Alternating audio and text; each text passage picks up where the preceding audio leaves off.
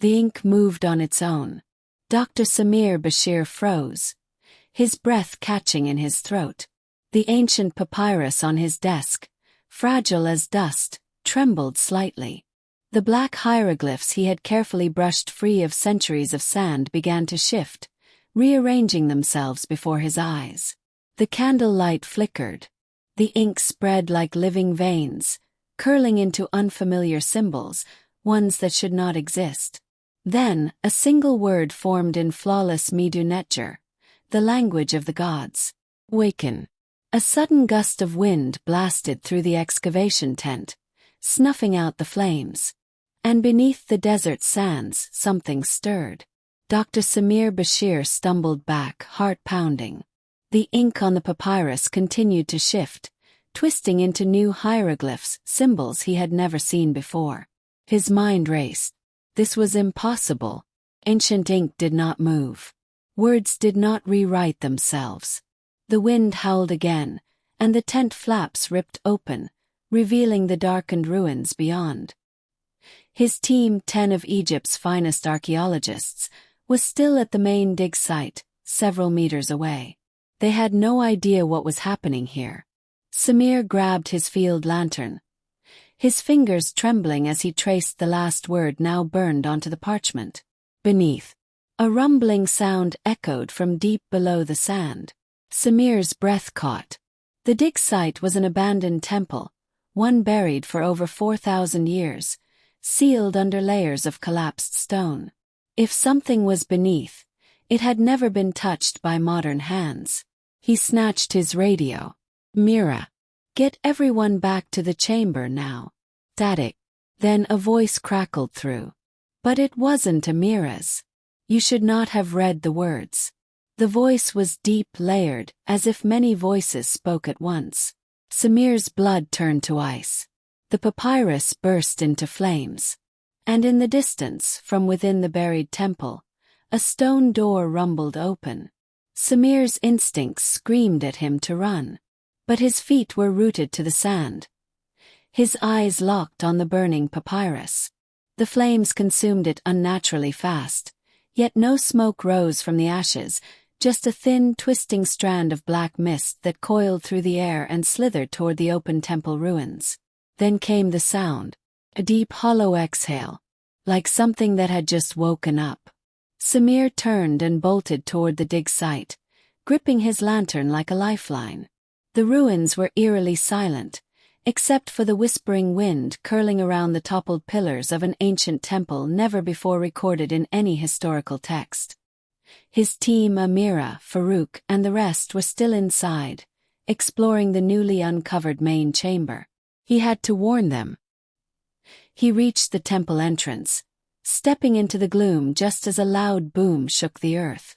A section of the sand-covered roof collapsed behind him, sealing the exit.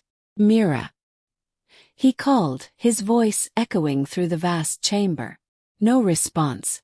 Only the flickering of torches casting shifting shadows along the walls, dancing over intricate carvings. The entire room was covered in hieroglyphs, except they weren't normal hieroglyphs. The symbols looked distorted, stretched, unnatural. Some seemed to move when he wasn't looking directly at them. And in the center of the chamber stood a massive, obsidian sarcophagus. Unlike anything Samir had ever seen, the black stone was polished to a mirror finish, no names, no inscriptions, no indication of who or what lay inside. Yet somehow he knew this was what the message on the papyrus had meant. Beneath. Something was beneath. The sarcophagus was not a tomb. It was a prison. Then behind him, a voice whispered his name. A voice that should not exist. Slowly Samir turned. And the shadows moved. The shadows peeled away from the walls, stretching and twisting like liquid ink, forming the outline of a figure. Samir's breath caught. The torches dimmed, their flames flickering as if struggling against an unseen force. Then the figure spoke. You were not meant to find this. The voice sent a shiver through his bones. It was layered, ancient, both whisper and command. Samir stumbled back, his lantern shaking in his grip. The figure was tall, its body shifting between human and something unnatural. No face, no eyes, only a mass of darkness woven together by unseen threads of magic. His instincts screamed at him to flee, but he forced himself to speak. Who are you? The shadow tilted its head. Not who. The hieroglyphs on the walls glowed faintly, and Samir noticed something horrifying. They had changed again. The symbols, once distorted, now formed a single repeating phrase. The scribe of the first tongue has awakened. His heartbeat thundered in his ears. You have spoken the words. You have undone the seal. Samir's mind raced. The obsidian sarcophagus, it wasn't just a prison. It was a ward, a lock. Something inside had been contained here for millennia. His hands clenched into fists. He needed to get to his team. If this entity was awake, they were all in danger. He took a slow step backward, but the shadowed figure moved with him, gliding soundlessly over the temple floor. Do you know what you have freed, mortal? The entity whispered. The torches flickered again. The air thickened. And then, a low grinding noise rumbled through the chamber. Samir turned just in time to see the obsidian sarcophagus start to move. A thin crack ran down its center. Something inside was stirring. No. His pulse hammered in his skull as the crack widened. A sliver of black mist curled out from within, and suddenly, every hieroglyph on the walls burst into flames. A deep, guttural sound echoed through the chamber. Not a groan. Not a breath. Growl. The figure of shadows took a slow step forward. You should run now, Samir. Then the sarcophagus lid exploded outward. And something ancient, forgotten, and furious stepped into the world once more. The shockwave from the sarcophagus's explosion hurled Samir backward, slamming him into a half-buried column. His lantern shattered, plunging the chamber into near darkness. Only the glowing embers of the burning hieroglyphs provided any light. And in that eerie glow, Samir saw it. A figure rose from the ruined obsidian tomb, shrouded in tendrils of black mist. Its body was wrapped in tattered linen, but beneath the decayed wrappings, its flesh was not human. The being's skin shimmered like polished onyx, its form shifting between corporeal and spectral, as though it had not fully decided whether it belonged in this world. Then it lifted its head and opened its eyes. Samir choked on his breath. Its eyes were not eyes at all, just endless, swirling voids, filled with ancient script moving like fireflies in the darkness. Hieroglyphs twisted and burned within the black abyss of its gaze. The entity took its first breath in 4,000 years. And the temple shook. From deep within the ruins, a sound like stone grinding against stone rumbled through the earth. Sand cascaded from the walls as ancient mechanisms, forgotten by time, began to awaken. A deep voice echoed through the chamber. I am a last scribe of the first tongue, seal-bearer of the divine word. Samir's entire body locked in place. Not from fear, from power. Something held him still. The shadowed figure, the one who had spoken to him before, now knelt before the newly awakened Hizak, bowing in silent reverence. The entity's void-like eyes locked onto Samir. You have read the words, mortal. The temple shook harder. Sand poured from the ceiling. Then suddenly the torches reignited. Flames burned unnaturally high, casting twisted shadows across the chamber. Samir fought to move, to breathe, to think. His voice shook. You were imprisoned here. Why? Hizak took a slow step forward, the ground trembling beneath its feet. The hieroglyphs on the walls rewrote themselves again, forming something new. Samir's eyes scanned the shifting text, his mind translating before he could stop himself. He who speaks the first tongue can unmake the gods. The weight of those words settled in his chest like stone. Samir had not freed a man. He had unleashed something far, far worse. Then from outside the temple a scream. His team. Samir's paralysis shattered. He turned and ran, sprinting toward the corridor leading back to the surface. Behind him Hizak watched, unblinking. And then, in a voice like cracking thunder, it spoke once more.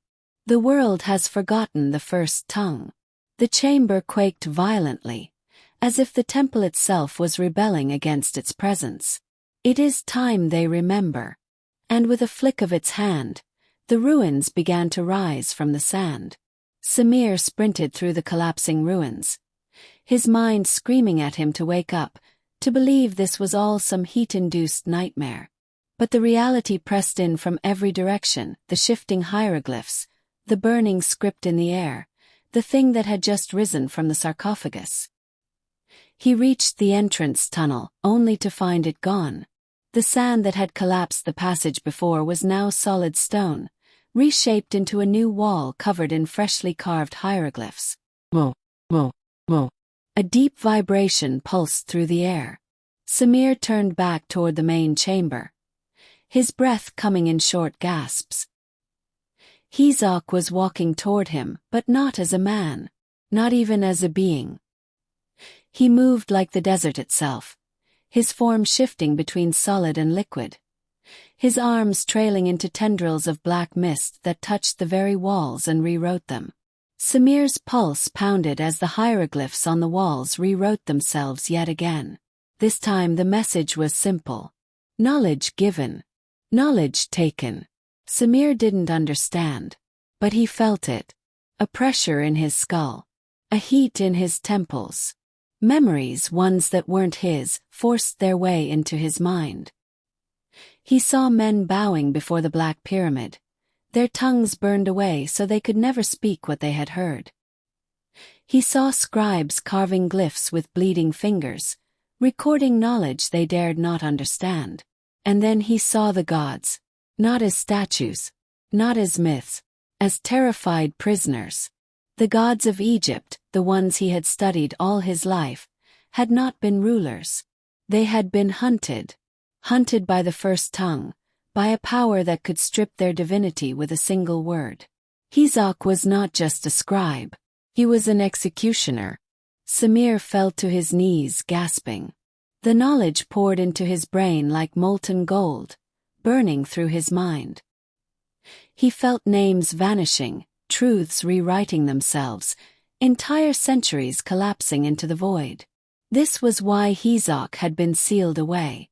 Not to protect the world from him, but to protect him from the world. Because if the first tongue still existed, if its true speakers still lived, then it meant the gods had not won. It meant something worse was still out there. Samir clutched his head. His body trembled. The knowledge was too much. Hizak loomed over him, his hollow eyes swirling with unreadable script. You have seen. Samir choked on his breath. He wanted to look away, to shut his eyes, but he couldn't. Now you must choose. The temple shook violently. The weight of the shifting sands above was collapsing inward. Samir's ears rang. What choice? He gasped. Hizak raised a hand, and in his palm, a single golden symbol burned bright, a glyph older than Egypt itself. To carry the burden. The temple split open, beams of sunlight slicing through the darkness. Or to be erased. Samir stared at the burning glyph, his breath shallow. The sandstorm outside was clearing. The world was still waiting. But inside he was already changing. He had seen. He could not unsee. And now the choice was his.